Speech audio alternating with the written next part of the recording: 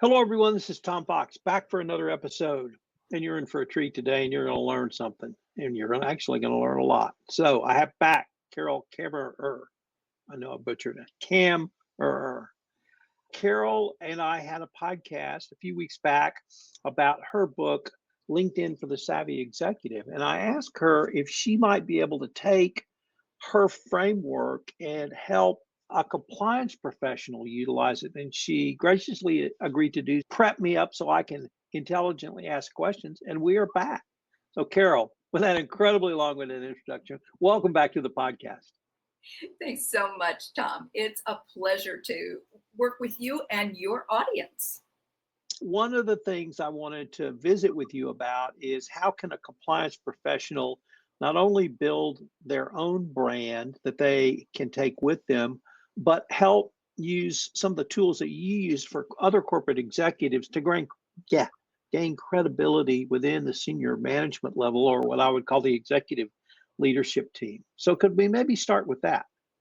Absolutely. When we talk to those people that we are reporting to, we need to kind of use some of their language.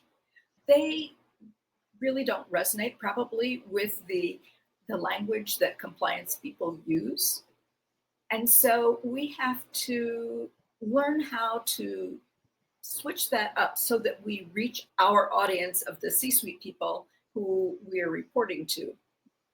And I don't know a whole lot about compliance officers, but my AI assistant and I did some research, and there were 3 reframes that might be helpful to consider.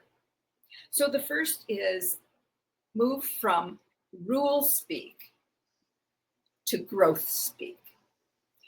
Now, imagine you are playing on the same team. You are not enemies with those people in the C-suite. You are on their team, and the words that they are using are all about growth.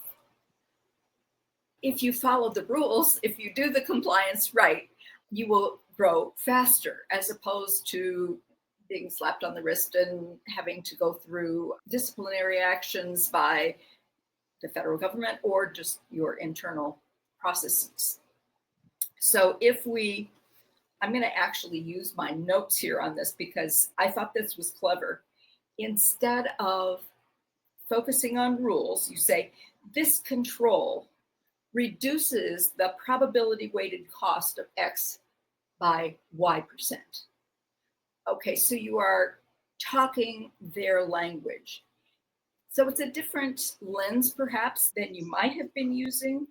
At any rate, the end of that is that when you reduce the probability weighted cost of X to Y%, you enable faster market entry. So those are some key words or phrases. And then the second is switch the way you report from reporting activities to reporting outcomes. So instead of, for instance, saying we gave so many trainings, talk about instead our training reached 98% of the employee base, and our comprehension delta for that was 24%. And also the misconduct reports are being resolved much more quickly with a reduction of time to closure of 30%. So it is, instead of, we had 25 trainings this year, talk about your coverage, the percent of your coverage, and talk about how they improved their comprehension of what it was that you were trying to teach. And the last one is to reposition, perhaps from the Department of No to your partner in de-risked growth. So what you are trying to do as their trusted advisor is to help them to follow the necessary rules so that they are de-risking their growth, as opposed to being the big bad barrier that says no every time they come at you. Not that you do that, but sometimes that is the perception. I remember when I was a marketing communications person for a med tech company. And sometimes I would get the direction, don't send this past regulatory, the things that I was writing, because they'll just say no. And I'm going, let's figure out what gets a yes. At any rate, the concept is that you don't want people to go around you because they assume that you'll say no.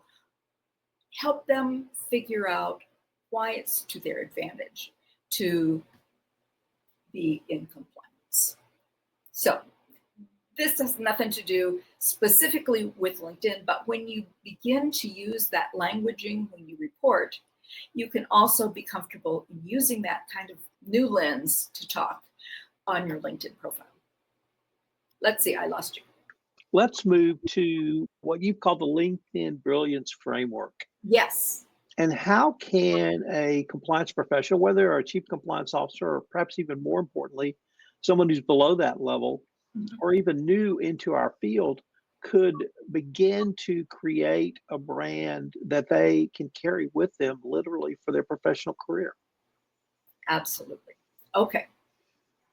So this Brilliance framework is 5 points. And if we had visual here, it would be a star. And at the very top of the star is lead with authenticity. Now, some people think of authenticity as too much.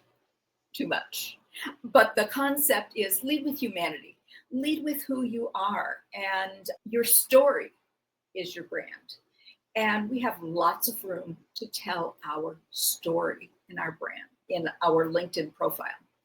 And as we go, I'll talk more about how to build that, but be a real person. Don't write like a robot about yourself. Don't have such a tiny little section about you that we don't get to know who you are. Tell us your why. One of the things that I was thinking about is, why would someone become a compliance officer? One of the reasons that I thought of is that detail is one of your superpowers. And if you start there, where could your superpowers be most helpful to the world? This is certainly a place. Or perhaps someone in your family or in your friend group had a bad result with a product, and that was due to them not following compliance. If that's your story, that would be humanizing. We could see you more as a real person. And that's important for everyone to be seen for who they are. So, number one is lead with authenticity. All right. What do you have for number two? Number two, use the rule of three. Now, the rule of three is really simple. It is anytime you put three concepts together or three words together, people remember that. They are hardwired to remember things in groups of three. So think of I came, I saw, I conquered, or life, liberty, and the pursuit of happiness. These things go together. And so when we use the rule of three, instead of in our headline, for instance, talking about all the different ways that you could describe us, use three ways that you want to be known. What are the three things you want people to know about you? When they look at your profile and then they look at 20 others, will they still remember anything about you? If you've used this rule of three, I can guarantee you that they will. So in your headline, you want to talk about three ways that you move the needle for your company. You are the compliance officer, and when you do your job well, you move your company by de-risking growth and other things that I'm sure you could fill in. If you approach compliance differently than other people, that's especially effective. So I use 3 branding questions to build a LinkedIn profile. And the 3 branding questions are: what are the 3 things you want to be known for? What are your differentiators? And what are your keywords? And so if we imbue our headline, that's the text that's right under your name, and it autofills with your job title, but that's kind of nondescript. So going beyond your job title, you use your job title and then go beyond that and talk about the 3 ways that you move the needle for your company to make sure that they are getting fast to market within the guidelines. We can also use the rule of 3 when we've decided what are the 3 things we want to be known for in our about section. So we have a lot of space in our about section, and we can have a paragraph for each one of those 3 things to drive that point home.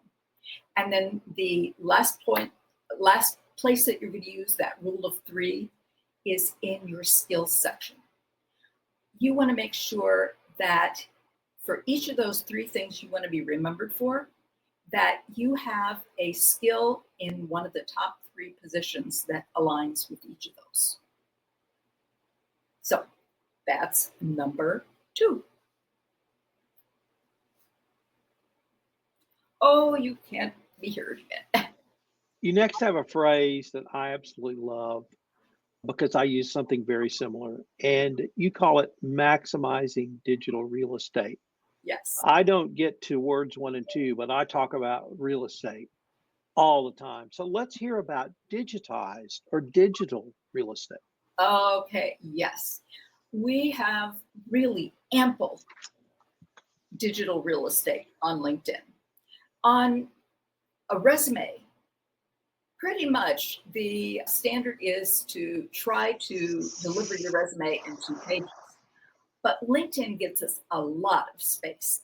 For instance, the headline that we talked about that describes you and has your job title in it too, we have 260 characters, which is really a lot of characters.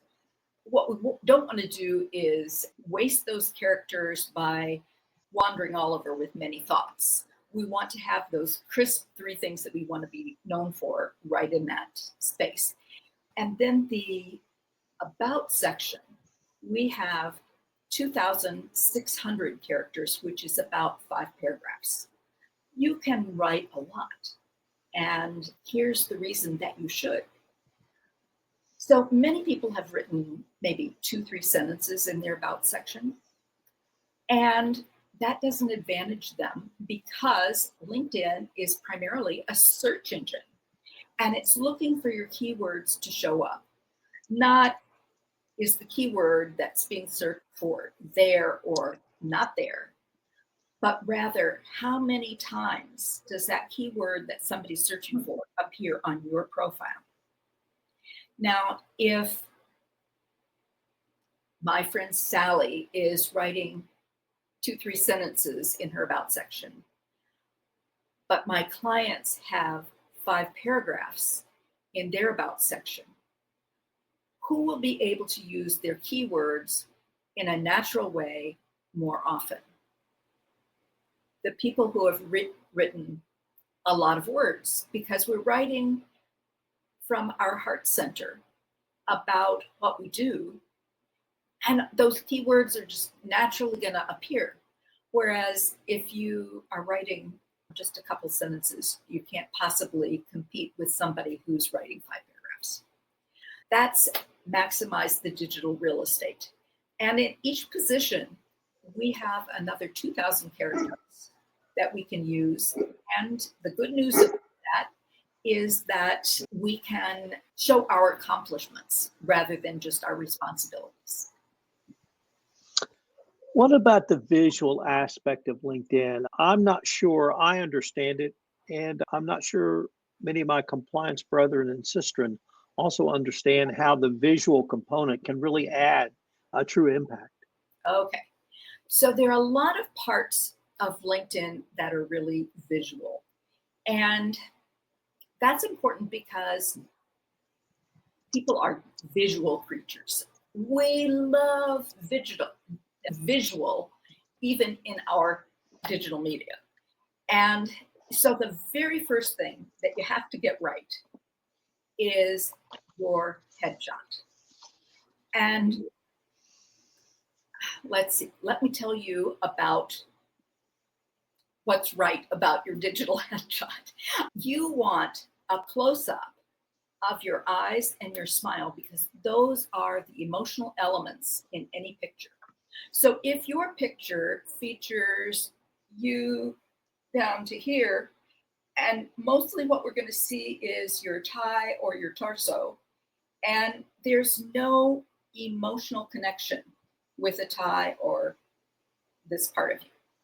The emotional connection is right here. And so if your picture has been professionally taken, it likely has a full down to here, but you want to take that aspect ratio, the magnification on LinkedIn, and move it up. So we are seeing this down to maybe here. Okay, down to your clavicle, collarbone, or if you're wearing a tie, it would be down to the bottom of the knot, because you are essentially competing with everybody else who showed up in the same page as you. That's 10 people down the row. And people are going to be able to say, these people that turned up on this page are probably about equal. And so they go with their gut. And they first pick on the person who looks the friendliest, who looks the most approachable, who looks the most interested. So the only way we can tell is here and here. Okay, so that's your picture.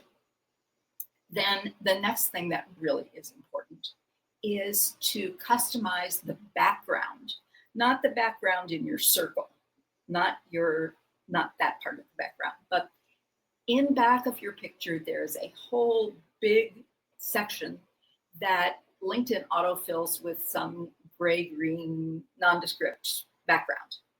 And that really is not doing you any good. And so if you can customize that with a stock picture or the logo of your company or some words that are really powerful to you and some color, all the better. Now, there are some other things that are visual, and one of the things that is visual is your activity section.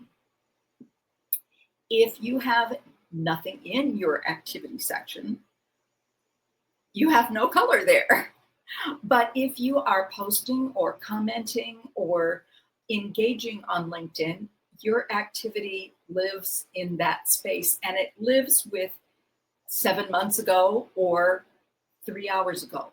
It timestamps when you last were active.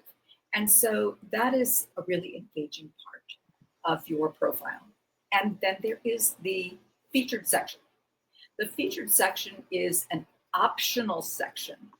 And in order to get it, you have to click add a section. It's in that same big rectangle where your picture is. You would add a featured section, and that is a section where you could highlight pictures and video. Please don't use it for a Word document, because that is inviting the black hole to attend your New Year's Eve party. Really doesn't work. Any Word document just dies right there. It needs a visual punch because it is a visual section. The other thing that is important is logos. A logo is part of your visual credibility signal. And so if you have missing logos, sometimes it's because you don't know how to get the logo. And if the logo exists in LinkedIn's database, You just write in the name of the company again. You would delete the company or the university or wherever and type it in again. And as you're doing that, look to the left and you will see all of the companies that start with that name. Pick the one that is the one that applies, and the logo will come with it. If you work for a company that came into existence and went out of business before LinkedIn or before they ever put up a company page, look on the internet to see if they were purchased or if they merged. And if so, you can use the new company name and write in your first line, when I worked for the company, it was called XYZ, and then just move on. So those are visual elements, and they all are important. The more you can add visual things to almost any section, you can add them to the About section and to all of your experiences. And the more visual you add, the more people will dwell on your profile, which could be a big thing.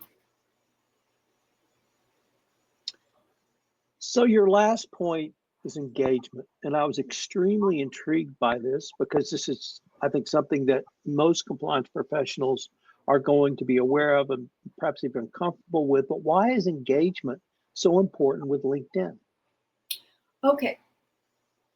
Really, the gold on LinkedIn is in the engagement. It is absolutely possible to befriend the thought leaders in your industry. And you do that just by commenting on their material. And when we do that, we get smarter because we're learning from the very best people. And also, people see us as someone who is engaging at that level with that top person. It's a golden thing. I often find that when people learn from me about how to engage, that they all of a sudden feel seen. And when they start to post, oh my goodness, for the first time, people that they knew long ago come out of the woodwork to interact with them.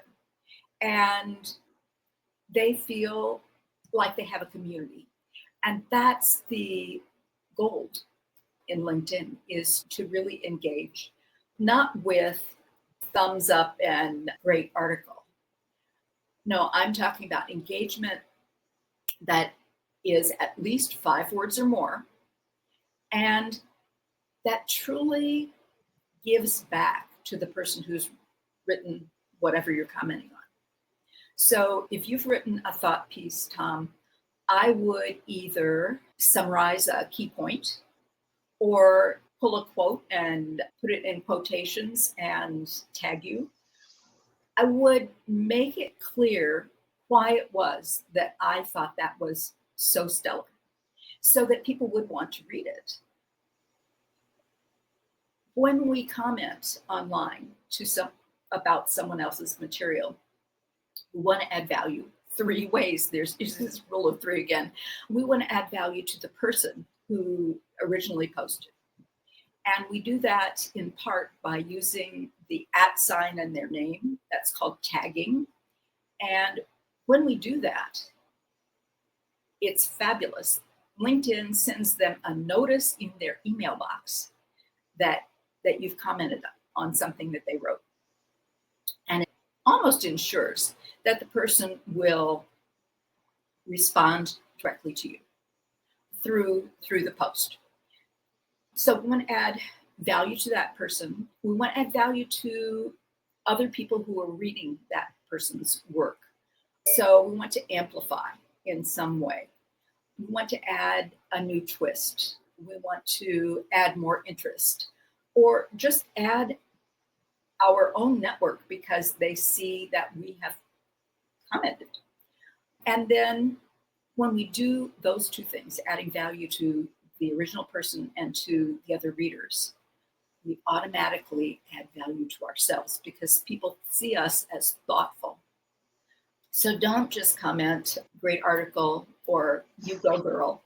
Give it some thought. And what you're doing is nurturing relationships. And LinkedIn, despite all of the little things we can do, fundamentally, LinkedIn is about growing relationships that are helpful in our business. Well, Carol, one of the things I enjoy about working with you is not simply the breadth and scope of your knowledge, but how much you're willing to share your knowledge with the rest of us. So I wanted to maybe end by asking you, we mentioned your book, LinkedIn for the Savvy Executive. Maybe say a few words about that, but I also wanted you to say a few words about your blog or the blog link for LinkedIn Brilliance Framework and how people can access those resources going forward. Okay. Here's the good news and the bad news. It all starts with my name. My name is very hard to spell. Carol is about as easy as you get, no E's at the end. And then Kaemmerer has about twice as many letters as are really needed. So it's Kaemmerer. And when you use that, you will find, if you use that on Google, you'll find all kinds of resources because I am a prolific writer and my stuff is regularly picked up on LinkedIn. But my website is carolkaemmerer.com. And so that's where that blog lives. And it's also where you can get an author-inscribed copy of my book. Of course, my book is available on Amazon, but I love to sell it through my website and to personalize the book for each person because I think that's the joy of connecting. It makes more of a personal connection with my readers, and I love to do that. It's the same price whether you buy it on Amazon. Well, Carol, this has been a delightful podcast, and I hope we can continue this conversation because my sense is that compliance professionals could use the same skills you teach other business executives. So I hope you can come back and talk to us again. Oh, I'd love it. Absolutely. You're the best.